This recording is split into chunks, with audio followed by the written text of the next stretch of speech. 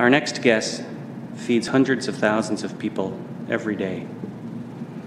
And last night we happened to have a conversation about the scope of the Internet of Food. And something, it dawned on me the other day how big it was. And seeing as he's from Google, I thought that he was the right person to ask when we think about scale of information systems. So one thing we know is that the Internet of Things is, by 2020, slated, the information coming from the Internet of Things by the year 2020 is slated to be bigger than the amount of information currently on the Internet as a whole right now. And the Internet of Things is your thermostat that's online, your soil sensor if you're a farmer, data coming from drones, data coming from all kinds of attached sensors and robotics that are attached to the Internet. So this is the Internet of Things. And when we visualize the Internet of Food, we realize that we have all of these data sources producing data. And we don't have a common language, but a lot of these data sources are producing data about food constantly. But they're essentially static, they're durable goods. Now we talk about building a language for accessing data, linked object data, and we take that language and we apply it to essentially these emerging sensors so that we can describe them, we can categorize them, we can aggregate them, and we can link them to other data from other sources like surveys, what have you. So if the Internet of Things is going to be bigger than the current Internet in terms of the amount of data, and the Internet of Things are static devices, and the Internet of Food is in flux through the Internet of Things constantly and being joined with other data streams, then we must consider the idea that the Internet of Food is actually going to be orders of magnitude larger than the Internet of Things. And when I had that thought, I had to sit down. It was almost disturbing. Our final speaker for this session is Michiel Bakker, who is the global head of food for Google, where he oversees a team and fuels the minds and bodies of those behind their innovative products. He's the director of Google Global Food Services. Please welcome to the stage Michiel Bakker. So I guess I don't have to explain to you what Google is all about. I think many of you know that company. But I think in the context of why we're here today, I think it's worthwhile just to remember what our core mission is, which is truly about how can we organize the world's information and make it universally accessible and applicable to all. And in today's environment, it is no longer just about text. It is about video, it is about photos, and I think in the future it will be about virtual experiences as well. So as you are starting to work on the Internet of Food, you can only imagine how excited we are to help you with that and to think through how the information to be generated by the Internet of Food can be made universally available. But maybe a side road, what do you think fuels Google? So what is fueling the organization that makes the information available to all? So I'm very biased because as the global leader of Google Food, I actually believe it's Google Food. So we are, as of today, a global organization that is providing delicious, nutritious, and responsible sourced food to all of those who work in a Google environment now in 56 countries around the world. And we believe that we feed, on average, over 106,000 individuals, providing them with 160,000 meals in over 200 cafes, 1,000 micro-kitchens, and in 28 food trucks and more. We're a good mid-sized organization, and we're living the dream on a daily basis to really think through how can we help our users, our consumers, with data to make better food choices. Because the mission of Google's food team is not just to provide great food to those who work in a Google environment, but it's really about how can we inspire and enable the Google community to make personal, informed food choices and enjoy food experiences that support them in being their best. With the emphasis over here on personal, informed food choices. And that's where I really believe the Internet of Food will come in. So as the global program team leader, I tend to spend a lot of time thinking about how can we as a team enable our users to make better food choices without us defining for our user the term better, because it's truly a personal thing. And the way we look at it these days is we think about supply as well as demand. And for both sides, the Internet of Food will come into play.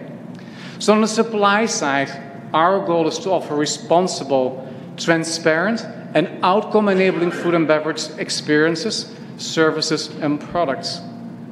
And a term as straightforward as transparent is extraordinarily hard in the food system. And I really hope that based on the work that you're doing, we will be able to jointly bring more transparency to all aspects of our food system. On the demand side, it is really about enabling individuals to make those personal, informed food choices. Let me then spend a little bit more time talking about actually the consumer. So I assume that magically over the next couple of days, you're going to be able to really define all these different topologies of how to describe all elements of the food system. But ultimately, it ends up with the consumer. So as we're getting close to lunch, I would pose the question, what's for lunch today? And as a user, the question is, might there be in the future an ecosystem that might help me to answer that question in a personal, contextually manner? Because you can make the argument that as of today, it's just going to be a matter of walking outside of the door over here, make a right and see what is for lunch. But I believe there is so much more to it these days. Let me walk you through how we think at Google about how we might enable individuals to make personal food choices. It starts with making this clear distinction between the needs and the wants. I want yummy steak. I love French fries and I have a sweet tooth, so give me those desserts. Those are my wants, but they're not necessarily my needs. My needs are, I should really drink more water, eat more vegetables, and clearly eat less red meat. So there's a distinction for each consumer to make a distinction between needs and the wants. But then you get, and that's so unknown to a consumer today, my personal context. What is the impact of my DNA, my health, on ultimately what I should be looking for? And then you get the question as well, I might be longing for French fries today, but my context is, I'm here at Davis, and ultimately what I will be able to look for lunch today has been determined by somebody else. But ultimately, I'm going to find my way in front of the buffet line. And now the question is, what should I have? As of today, I don't believe there's an ecosystem there yet that can really bring all these different data points about me, what I want, what I need, and then thinking through what is in front of me to say, if you bring that all together, what should I ultimately pick? And let's say for a moment that that ecosystem will exist in the near future. And based on that, I want to get the message that I should eat X. Subsequent to that, I go to the buffet line and I pick up my plate with X. And then if I actually live in today's environment, I might be really, really thoughtful. I might take a picture of the food. I might keep track of my food diary. But I have to guesstimate what is truly in that plate of great food. Because I am not able to track yet the overall quantity. I'm not able to really analyze the nutrients, the calories. I'm just looking at a plate of food. I'm going to make an assumption that it's approximately X, and I move forward. Subsequent to that, I'm going to enjoy my great lunch. But now I get the question, what is the impact of what I just consumed on my body? So how might I, as a user today, really get a reflection on and information about, based on what you just ate, the following is going to happen with your body, your happiness and well-being. It doesn't exist yet because we don't have both the language, the characteristics, and the ecosystem. And even if I would be able to measure all of that great stuff, now you get the question of, can I close the feedback loop? Because I was given originally the advice to eat more of X. But the question is, by eating X, Did it lead to the intended outcomes? And if the answer is yes, the cycle can start all over again. And if the answer is maybe not so, the question is, how can the system learn from what it has just learned? And therefore, I really believe that the Internet of Food, the work that you're going to be working on, is going to help to really feed this broader ecosystem that is going to help me and you to make personally relevant food choices going forward.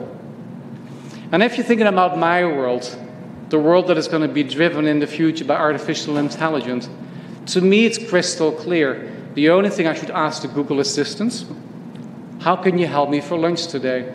Because the Google Assistant, this interface between all the data known about me, can help me to make those better food choices. And now think about all these devices as well that are going to help me with that. But it's going to be the contact lens, Google Glass, the wearables.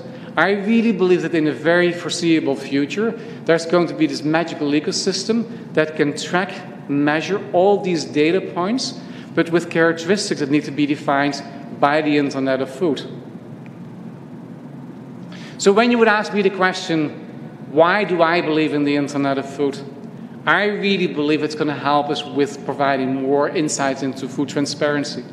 It is about nutrition transparency, traceability, user enablement, new business opportunities, and so much more.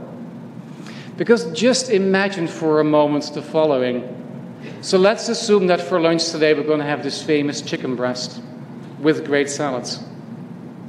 But as of today, we are not able to really track that chicken breast throughout the overall chain. And we don't really know where that chicken and chicken breast has been throughout its chicken life. And if I'm really looking into food transparency or nutrition transparency, I would love to know where that chicken grew up, what the chicken was fed, where the chicken got slaughtered, and how long this chicken has been on the road to ultimately to make it to Davis over here. We need all these different characteristics to be tied to that chicken breast. So when we think about both food transparency as well as nutrition transparency, it's going to be there. At the same time, I passionately believe that the Internet of Food is not going to be the only solution. Because we're making the assumption that each and every one of us is going to be open in sharing all these data points with this broader ecosystem. And secondly, that we truly understand what it all means. Because I think that many of us, many consumers, are totally confused about what all these different elements of food truly mean, let alone what the impact on our individual self is going to be. So I believe that the Internet of Food is going to be a great accelerator to ultimately help people make better food choices. Food is of clear interest to a broader organization. Larry Page, one of our two founders, said already in 2013, people are starving in the world, not because we don't have enough food. It is because we're not yet organized to solve that problem. And I truly believe that the Internet of Food is going to make a tremendous difference. So I truly congratulate you with what you're going to be working on over the next couple of days. And my closing message to you is, please, please, please think really, really big as you start to develop the Internet of Food.